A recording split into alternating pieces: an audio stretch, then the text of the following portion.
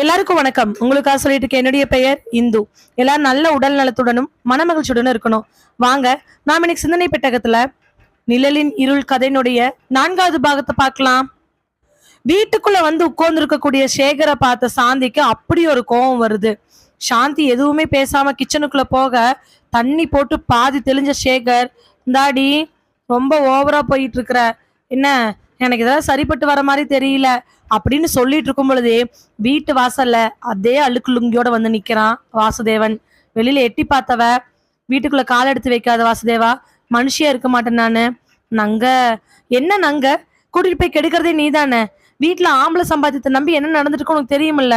வீட்டு கணக்கு முடிக்கணும், பிள்ளைங்க ஸ்கூலுக்கு கொடுக்கணும், நாங்களும் சோறு திங்க வேண்டாமா? எங்காவது கூட்டிட்டு போய் தேவையில்லாத பிரச்சனை பண்ணிட்டு இருக்கிறது. மதினி அப்படியெல்லாம் இங்க பாரு, தயவு செஞ்சு சொல்றேன், என்னை பக்கம் நீ வரவே வேண்டாம். இந்த வீட்டு பக்கமே எட்டி பார்க்காத.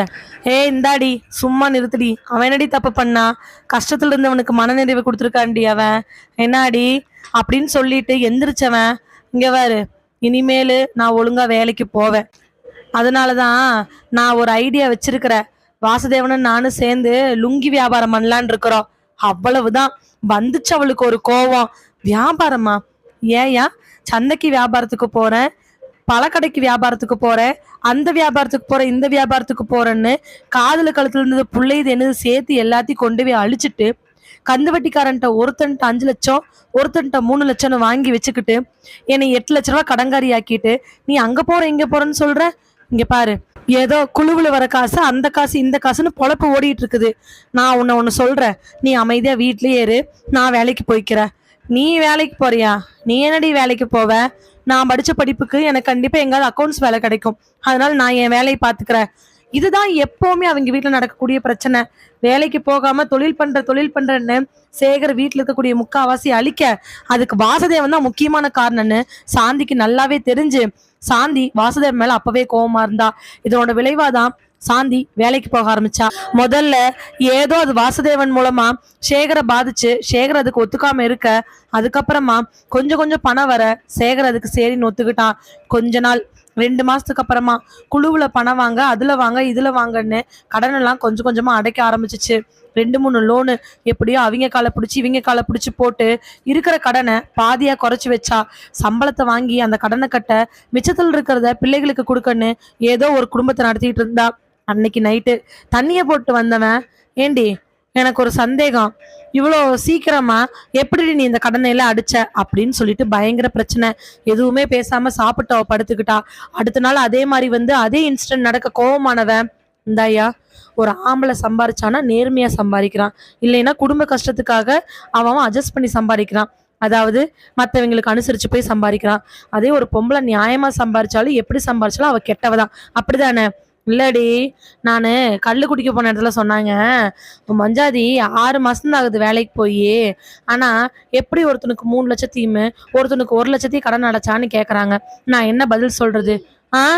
நான் இங்க எப்படி எல்லாம் லோன் போட்டிருக்கேன், எங்கெல்லாம் லோன் போட்டிருக்கேன்னு சொல்லிட்டு எல்லாத்தையும் ஊர்ல இருக்கிறவனுக்கு நான் சொல்லணுங்கிற அவசியம் இல்லை.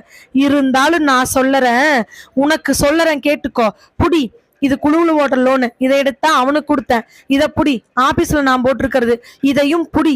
பாரு, வாங்குற சம்பளத்துல 5000 ரூபாய் தவிர மீதி எல்லாமே எல்லா பக்கம் கொடுத்துட்றேன். இந்த 5ல தான் ரேஷன் கடையில வாங்கி குடும்பத்தை நடத்திக்கிட்டு இருக்கிறேன், அதுலதான் பசங்களுக்கு பள்ளிக்கூடத்துக்கு கொடுத்துக்கிட்டு இருக்கிற. எனக்கு என்ன பண்ணணும்னு தெரியும், நீ அமைதியா இரு.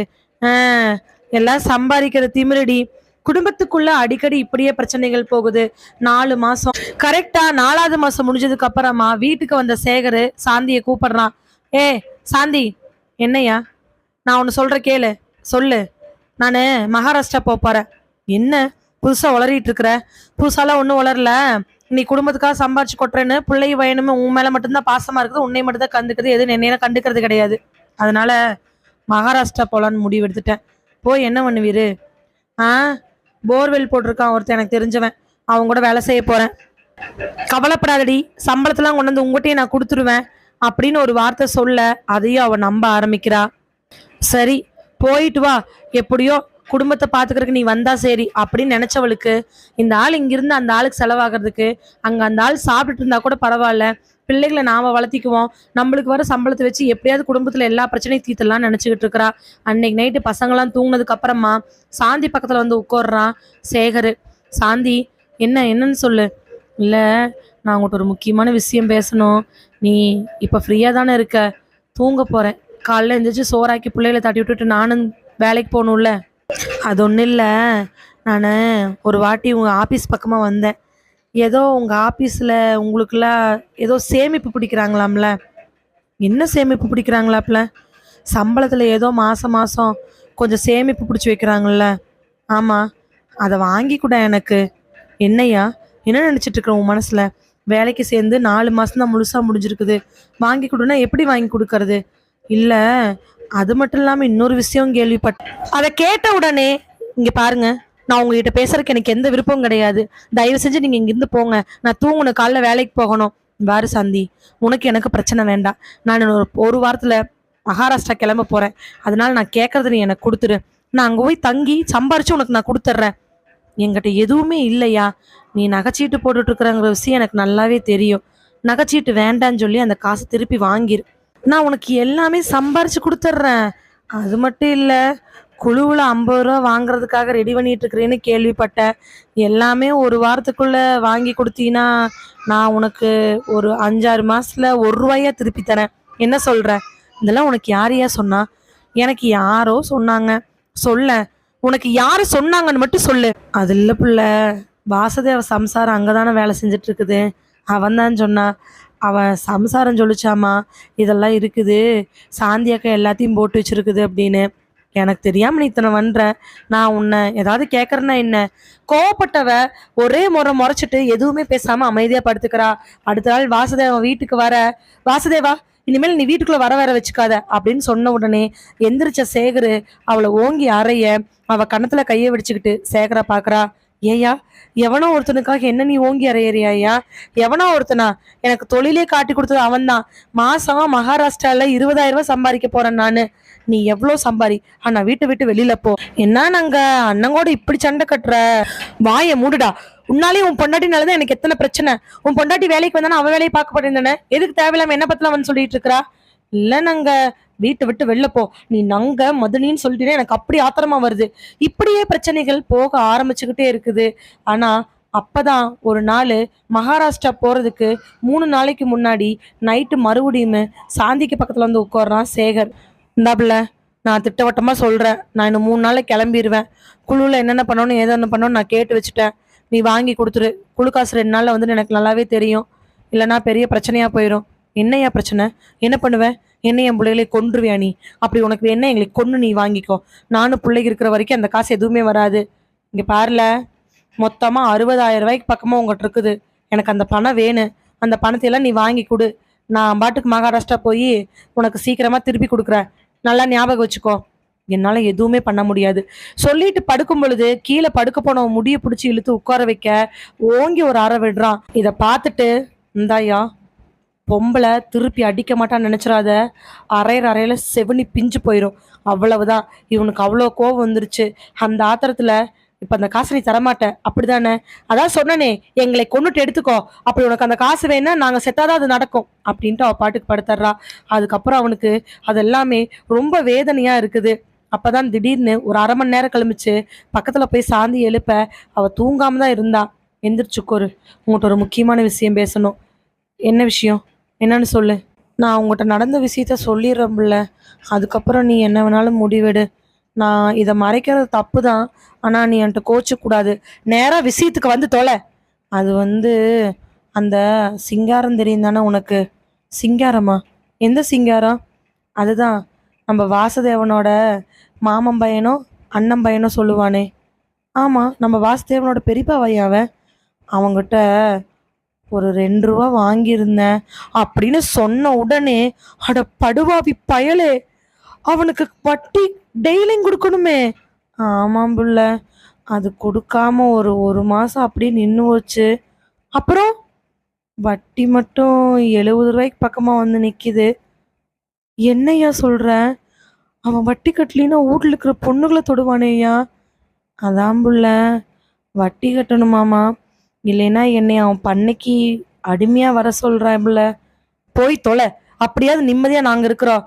இல்ல புள்ள, அவன் வீட்டில் மரச்செக்கல் இருக்குல்ல, அதில் மாட்டை கட்டி விட்ருக்கான்ல, அதுக்கு பதிலாக வட்டி கொடுக்காதவனை கட்டி நகர்த்த சொல்கிறானாம்மா. என் உடம்பு எப்படி தாங்க? ஓஹோ, 2 லட்ச ரூபா வாங்கும் போது தெரியலையாக்கும்? எதுக்கு வாங்கின? இந்த லுங்கி வியாபாரத்துக்கு வாங்க சொல்லி வாசுதேவ சொன்னா. அந்த நாய் விரட்டு நாளைக்கு அவனை எதால அடிக்கிறேன்னு நான் பாக்குறேன். ஏன்டா இப்படி ஒவ்வொரு இடத்துலயும் ஒரு குடும்பத்தை கெடுக்கறதுக்கு இத்தனை பேர் இருக்கிறீங்க? ஏன்டா நீ என்னை வாழவே விட மாட்டியா?